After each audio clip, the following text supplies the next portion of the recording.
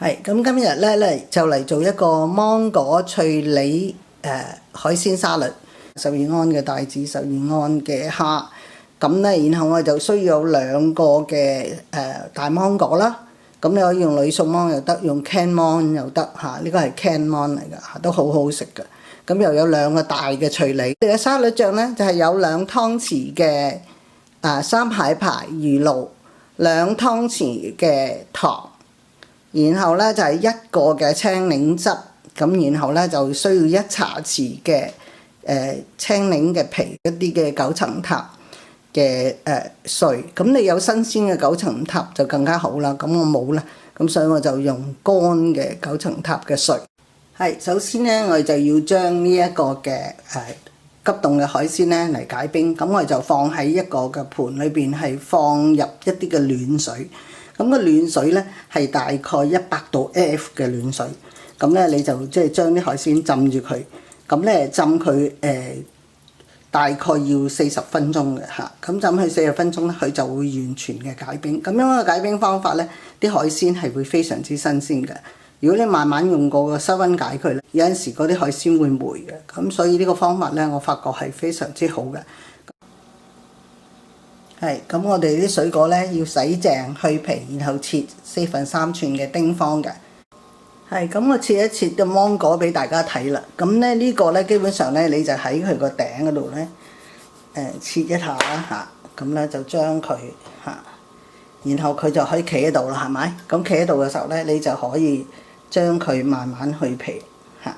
咁個芒果咧，我首先我係洗乾淨咗佢先嘅，咁我哋就可以慢慢去皮。咁佢而家企喺度咧，咁你就變咗好方便切佢。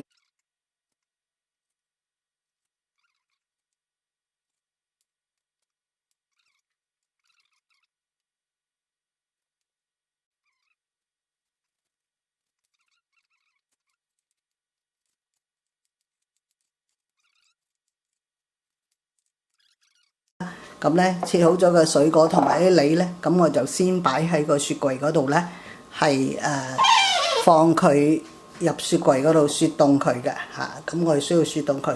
咁我哋係食之前咧15分鐘先會攞佢出嚟，係同啲蝦同埋啲醬料咧一齊撈埋嘅嚇。係，咁我哋就而家嚟處理呢一個沙律汁，咁係將啲青檸皮咧就磨咗喺個碗度先，係大概半茶匙到1茶匙就夠噶啦。其實係少少，因為佢好香嘅，佢個青檸皮。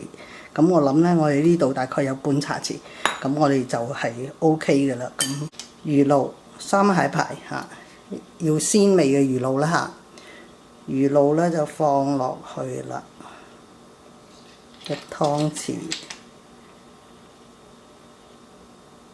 2湯匙係啦，咁我哋可以將2嚿啦，咁然後將佢啲汁炸晒落去先，咁我哋炸晒就翻嚟講。係，咁個檸檬汁咧已經炸咗落去啊！呢個檸檬咧都呢個青檸咧都非常之多汁嘅，咁咧所以幾好啊！咁我哋就將佢同嗰魚露攪勻啦，咁我哋就加上2湯匙嘅砂糖。要將啲砂糖咧係攪拌均勻，溶咗喺個青檸液嗰度。OK 嘅，個汁個甜味係 OK。咧亦都要加大概係大半湯匙嘅橄欖油嚇，2/3或者4/3嘅橄欖油落去嚇，因為我哋成個沙律咧係冇乜油份嘅嚇。嗰啲蝦同埋帶子咧浸咗40分鐘之後，我哋將啲水倒咗去，咁然後咧亦都用清水再次洗淨。咁嘅時候咧，我哋就要除去嗰個嘅帶子，佢個旁邊嗱呢啲韌嘅地方，咁你就要除去佢。咁同埋咧應該係將個帶子咧係摸一摸佢啊。睇下佢有冇沙嚇，你有冇感覺到沙啦嚇？咁佢冇喎，幾好。咁咧就每一隻都係要除去咗佢先，係。咁咧嗰個韌嘅部分咧係好韌嘅，唔食得。咁你順手摸下有冇沙。呢個帶子呢，我哋清洗乾淨嚇，咁然後呢，我哋就將佢一開為二嚇，喺個中間個橫嗰邊呢，係咁一開為二嚇，因為太大隻嚇，咁咪將佢一開為二嚇，係，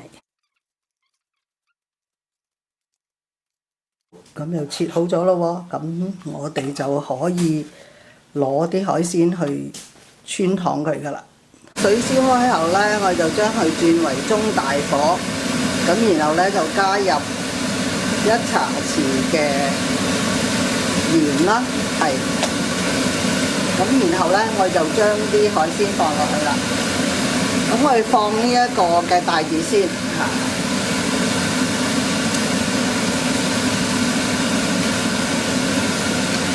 好，咁然後我哋又將啲蝦都放埋落去啦。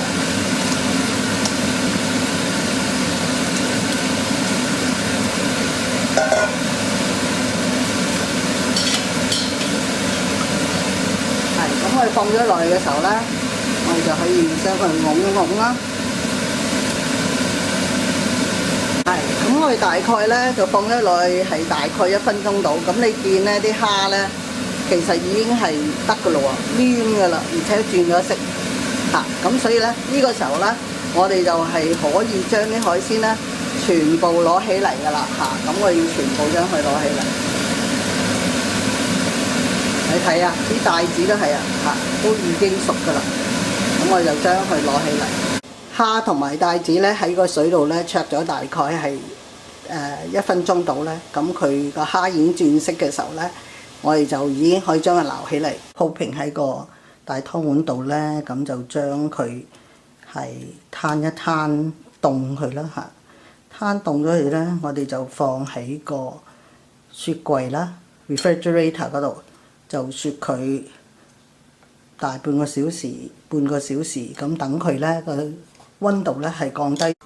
係咁呢，我哋喺個雪櫃度將個脆梨同埋芒果丁呢就攞出嚟啦。咁佢已經雪到好夠噶啦。basil 嘅 flakes 啦，咁我哋就撒少少嘅喺啲水果上高。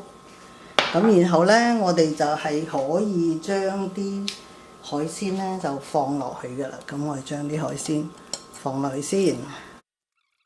我個海鮮我可唔可以加其他嘢？絕對可以嘅。咁你可以加花枝片啦，可以加魷魚啦，可以加蟹肉啦，可以加蟹肉嚇，可以加呢一個點講啊？真蟹肉啦，又或者係可以加啲日本啲蟹肉。都得嘅嚇，即係做壽司嗰啲蟹肉。我而家大概係2/3嘅沙律醬落去嚇，已經加咗沙律醬咧，因為有啲油喎，咁佢所以咧非常之好似好好養咁。好，咁我哋加住咁咪先啦，唔夠我哋先至再加落去，繼續再加少少嘅 basil 喺啲海鮮嘅面度。咁我哋又再撈下佢咯噃。你好溫柔咁樣撈佢就得㗎啦，可以事先準備好嘅一個餸，咁係非常之吸引人，係非常之靚嘅一個餸。咁希望你喜歡啦，非常之好味道㗎，有甜有酸有鮮香嘅味道，咁呢又有脆爽嘅梨，非常之好味。咁如果你喜歡食辣嘅，你可以加啲指天椒碎落去，咁亦都係可以嘅。咁如果你覺得個味道呢係唔夠嘅，唔夠嗰個沙律醬，你亦都可以加落去，非常之清香，喺夏天非常之好食嘅一個嘅沙律或者係前菜。